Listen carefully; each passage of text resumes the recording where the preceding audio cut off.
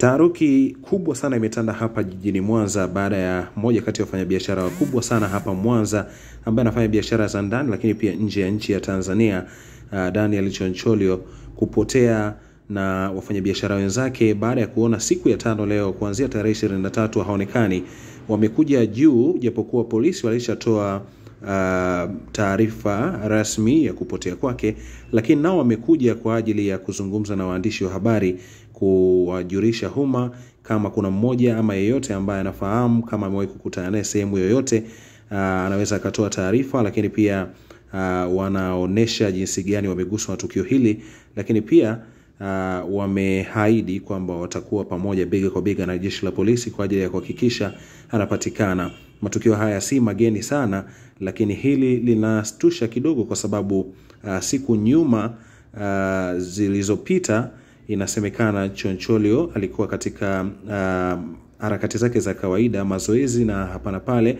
Aliondoka nyumbani akiwa amevaa nguo za mazoezi kwa ajili ya kufanya warm up kidogo, lakini baada ya hapo haikufahamika tena ameelekea wapi, na mpaka leo hafahamiki yuko wapi na hakuna taarifa yoyote iliyotolewa.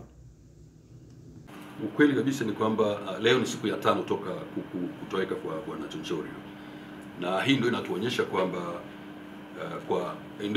kwamba kutokana na taarifa ile ya tarehe 24 ya mwezi wa 3 2025 ya kamanda Mtafungwa ni kwamba pengine Bwana Choncholio hakamatiliwi kwenye vyombo vyote haonekani kwenye vituo vyote vya polisi nchi nzima.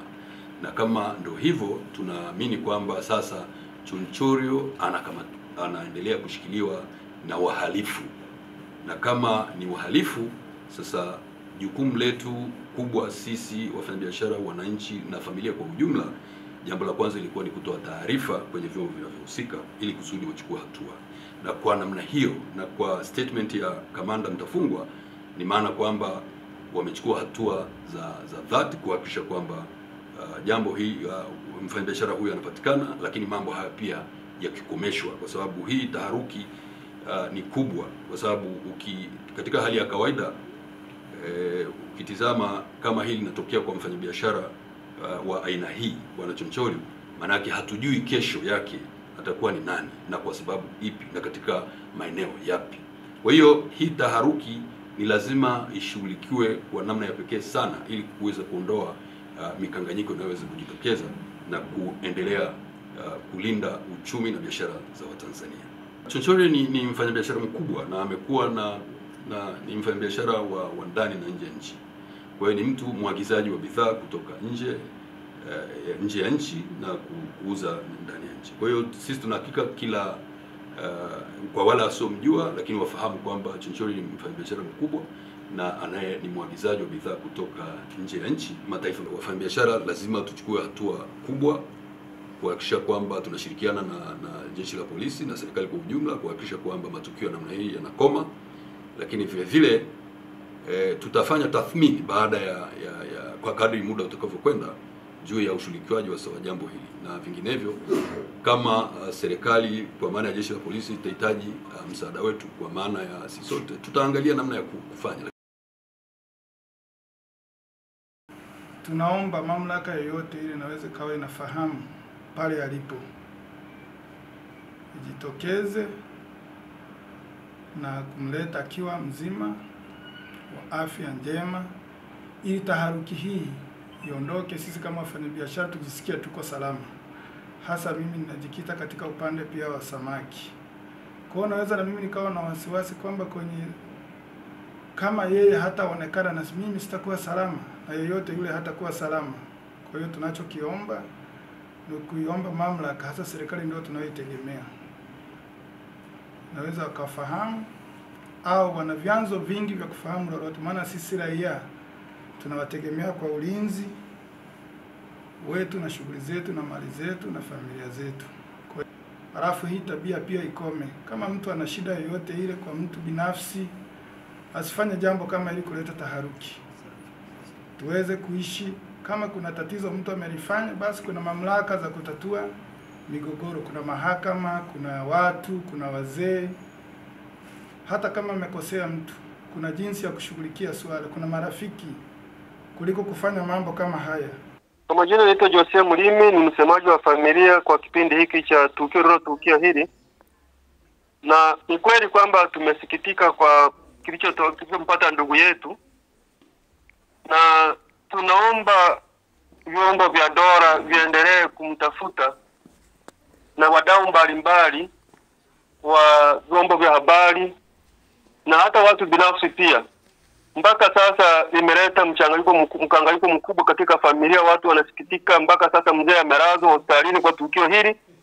Lakini tunaamini kwamba serikali na mkono mrefu inaweza ikamtafuta huyu bwana na ikaweza kumpata, ili hata ndugu na jamaa na hata watoto wadogo ambao tulionao hapa nyumbani mnavyoangalia waweze kujua kwamba baba yao yuko wapi. Huyu aliyepotea ni baba wa familia, ni baba ambaye ana mke na watoto.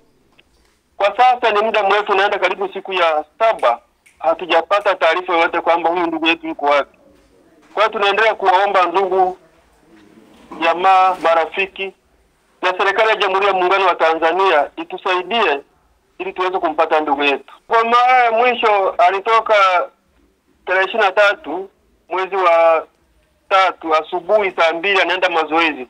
Waga ana kawaida kufanya mazoezi asubuhi kama yupo nyumbani hapo. Kwa alipoenda kufanya mazoezi aliondoka kaenda kwenye mazoezi, akaacha familia nyumbani, watoto.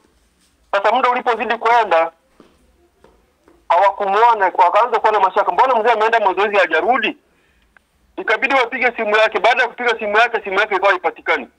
Kwa tukio hilo sasa tukaanza kuhoji, mbona huyu jamaa hapatikani? Tukabidi tuanze kuuliza watu wengine wa karibu kwamba mmemwona mzee? Wakasema bado hatujamuona. Mbona simu yake haipatikani? Tukaendelea kuulizia lakini hatukupata majibu. Mwisho wake tukaamua kwenda polisi. Polisi wakasema ni ndani ya masaa 24 ndipo tuweze kutoa taarifa kama huyu mtu amepotea, lakini kabla hapa tuweze kutoa taarifa yote. Tukabidi tuanze kutafuta hospitalini kwingine, pengine anaweza akapata ajali au akapata mshtuko akakimbizwa katika hospitali yoyote ile. Tukaenda kule nako hatukupata. Baada ya masaa 24 polisi wakaanza uchunguzi, wakaja mpaka nyumbani, wakaendelea kuchunguza. Mpaka sasa hatujapata taarifa kamili kwamba yuko wapi. Umri wake ni umri wa miaka 46 na ana watoto 7. Ni kwamba bado serikali ina uwezo mkubwa na ina mkono mrefu. Tunawaomba kwamba wasichoke, waendelee kusaidia kumtafuta ili tuweze kujua kwamba ndugu yetu yuko wapi na ni nini kimempata mpaka sasa. Ndio ombi letu kwa serikali.